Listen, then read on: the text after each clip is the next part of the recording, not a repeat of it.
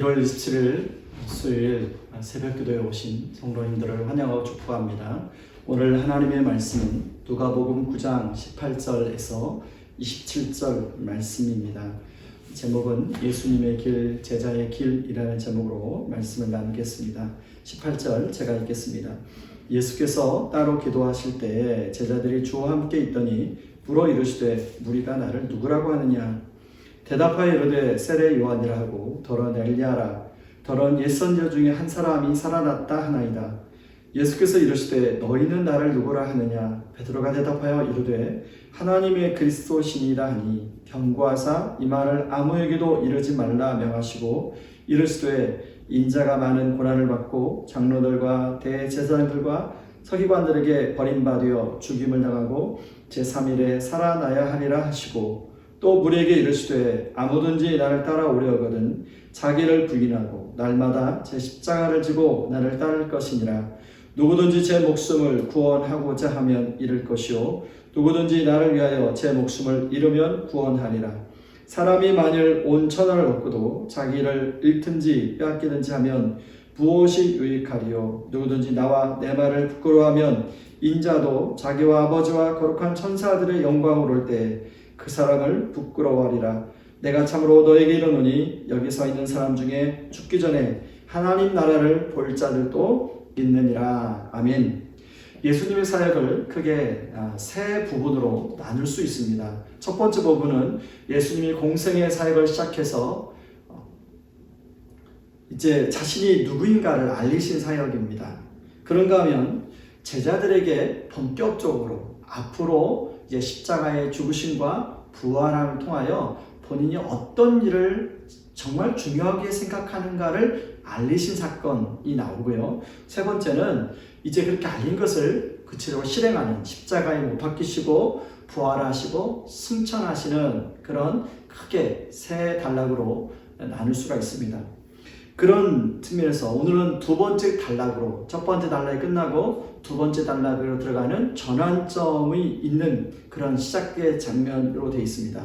예수님은 새로운 전환점에서 특별한 기도의 시간을 가졌음을 알 수 있는데요. 오늘 본문에 보면 따로 기도하실 때라는 말씀이 나오죠. 물론 평상시에 예수님이 기도하셨지만 이 시간에는 특별한 시간을 내어서 따로 기도하셨던 것 같습니다. 이런 예수님이 이렇게 기도하는 시간을 가졌다면 우리 역시도 어떤 전환점에서 이렇게 따로 시간을 떼어 특별히 주님 앞에 하나님 앞에 나아가 기도하는 시간이 필요하다는 것입니다. 하나님의 뜻을 다시 묻고 또 하나님의 음성을 듣고 하나님과 교제하는 그런 기도의 시간이 필요하시죠. 개인적으로도 필요하고 또 교회 공동체적으로도 필요하다고 생각합니다. 예수님은 자신 사역을 구체적으로 드러내기 전에 먼저 사람들에게 그리고 제자들에게 내가 누구라 하느냐, 사람들이 나를 어떻게 생각하느냐라고 묻습니다.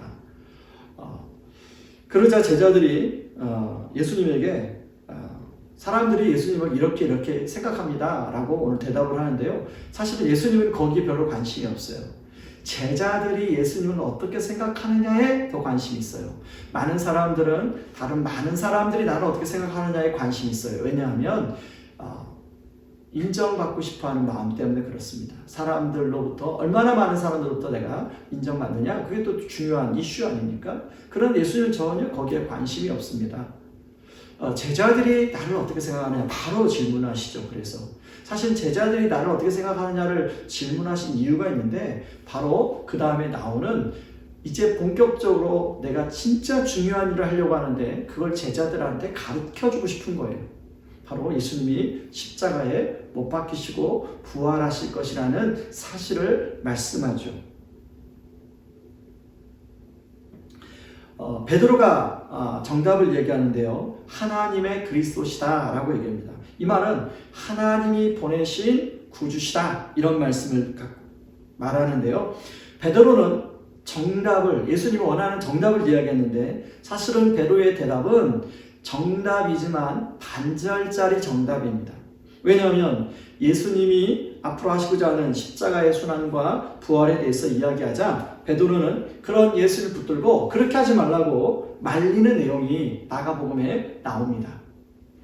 베드로의 행동은 어떻게 보면은 지극히 상식적인 행동이죠. 여러분, 어떤 누가 자신이 모시고 있는 스승이 병든 자를 고치고 오병이어의 이적을 베풀고 그리고 수많은 사람들을 그렇게 구름대처럼 몰고 다니면서 그렇게 스승이 인기가 있을 때는 참 그런 스승이 멋지지 않습니까? 그런데 그런 스승이 그 당시의 권력자들에게 잡혀서 고난을 받고 버림받아 십자가에 못 박힌다는 이야기를 들을 때 그걸 누가 좋아라 할 리가 어디 있겠습니까? 만약 저와 여러분이 비전을 가지고 어떤 회사에 입사를 했는데 첫날 꿈에 부풀어 있다가 회사가 앞으로 어려워질 것이고 또 문을 닫게 될 것이고 그런 어려움 속에서 잘 버티고 이겨내면 회사가 좋아질 것입니다. 이런 얘기를 했다고 가정해 보시자고요. 여러분들 그 말을 듣고 어떤 생각이 들겠습니까? 자, 그렇다면요, 예수님 입장에서 한번 생각해 볼 필요가 있습니다.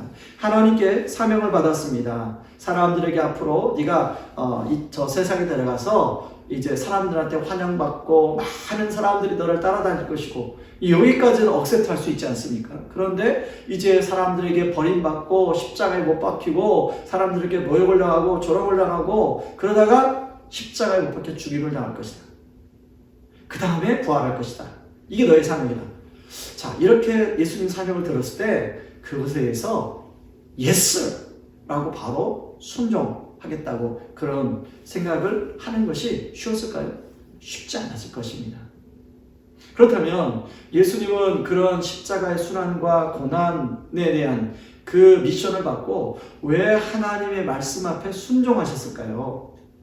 왜냐하면 그렇게 해야만이 우리의 죄가 우리의 온갖 사람들의 죄가 다 용서받을 수 있기 때문에 그렇습니다.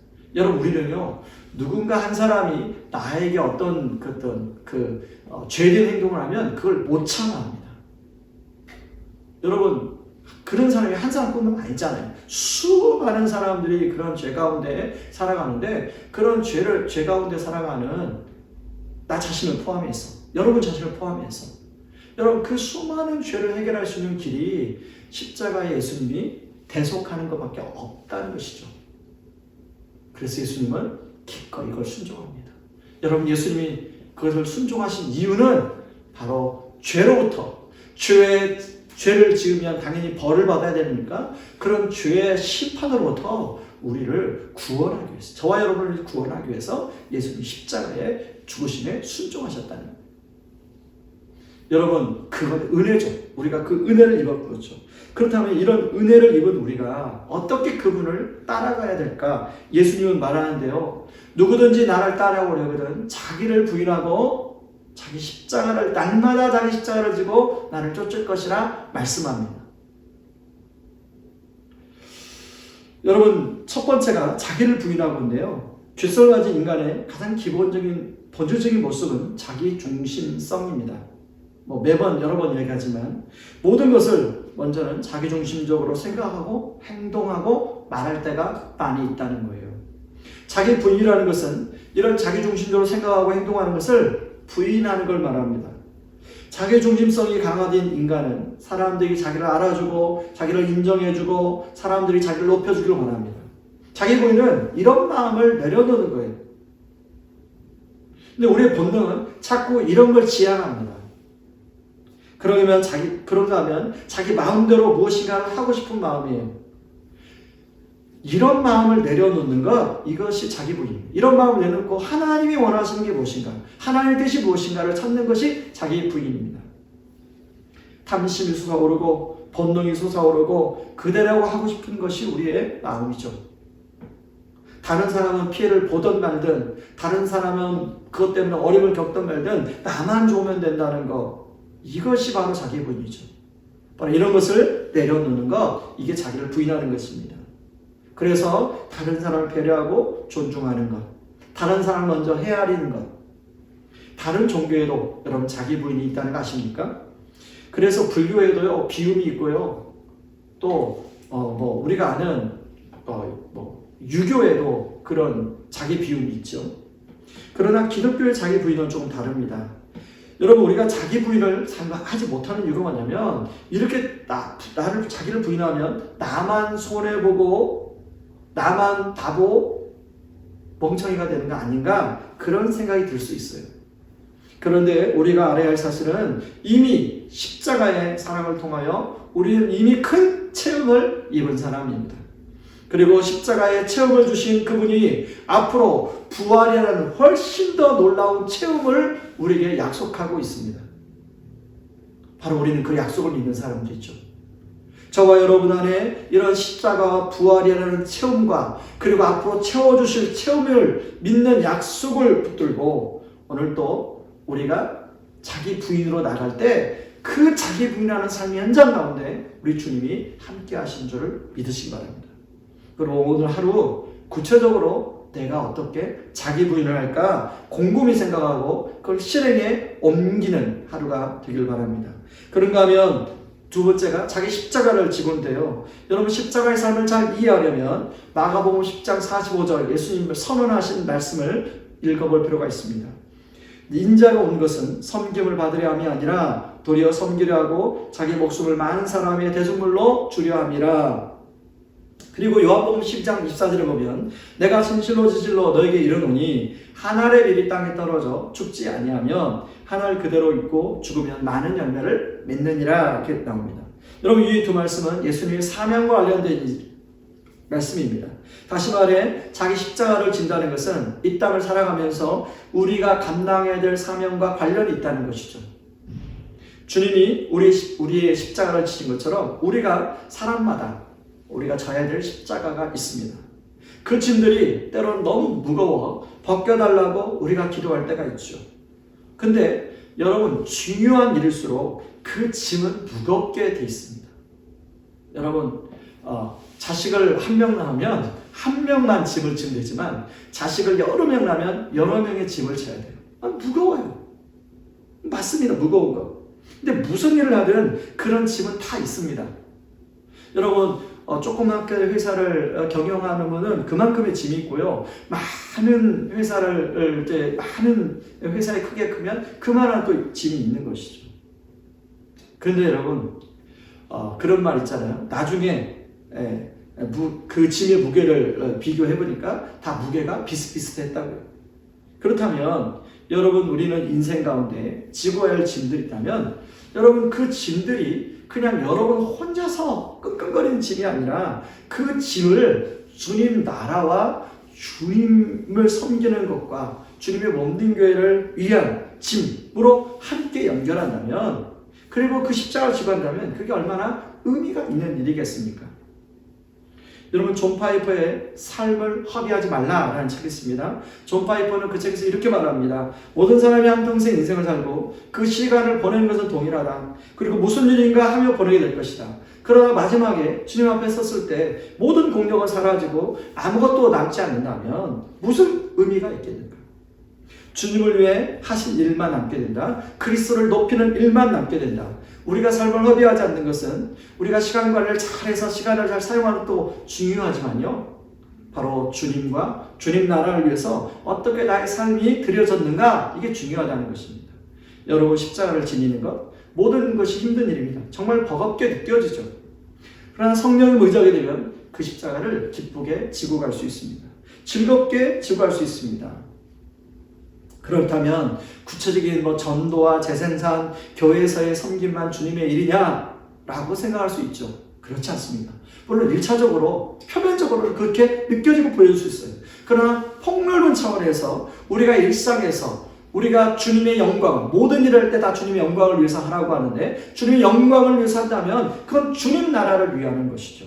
여러분, 사실 회사 운영, 직장생활, 자녀 양육, 주부로서 가정을 잘 돌보는 것, 부모님을 잘 섬기는 것, 이것을 잘할 때 복음이 전해지는 것입니다. 이것을 삶에서 살 때, 그것을 복음 중심적으로 삶을 살 때 바로 그렇게 삶을 살게 만드는 예수님이 전해지는 것이죠. 그런데 거꾸로 그것이 잘 안 되면 예수님이 욕을 얻어먹는 것이죠. 여러분, 찬송가 513장은 제가 좋아하는 찬송 가운데 하나입니다. 특히 제가 져야 할 십자가가 무겁다고 느껴질 때 혼자서 자주 부르는 찬송이기도 합니다. 너의 마음에 슬픔이 가득 차도 주가 즐겁게 하시리라. 이렇게 가사가 시작되죠. 그래 아침 해가 빛나는 마음으로 십자가 지고 가리. 즐거운 마음으로 십자가 지고 가라.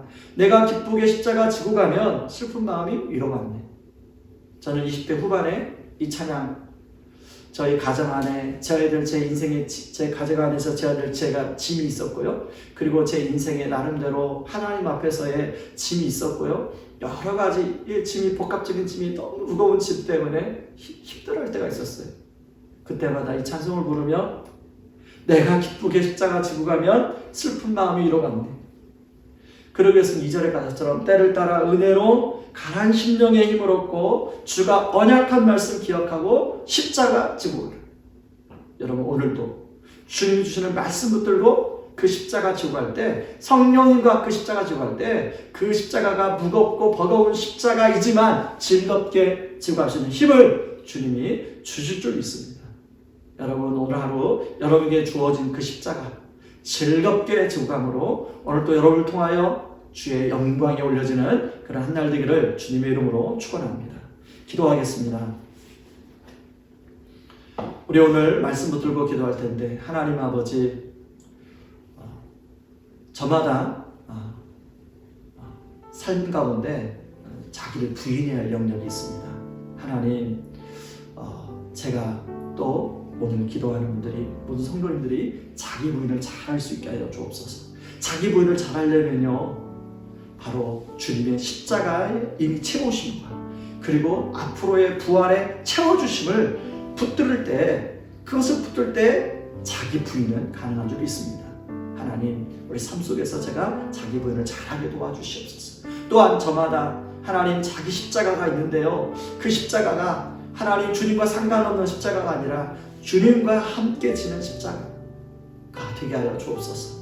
하나님 그 속에서 복음 중심적인 삶을 잘 감당함으로 하나님 그 속에서 예수 그리스도가 높여지고 내가 높아진 것이 아니라, 내가 드러나는 것이 아니라 예수 그리스도가 들어가고 예수님이 증거되고 예수님이 자랑되어지는 그런 하나님 정말 십자가 지는 삶 되게 하여 주옵소서. 그 십자가 때로 버겁습니다. 그렇지만 성령님 의지하여 즐겁게 십자가 지고 가게 하여 주시옵소서. 오늘 또 언약의 말씀 붙들고 즐겁게 십자가 지고 가게 하여 주시옵소서. 우리 같이 한번 기도하며 나갑니다. 기도하겠습니다.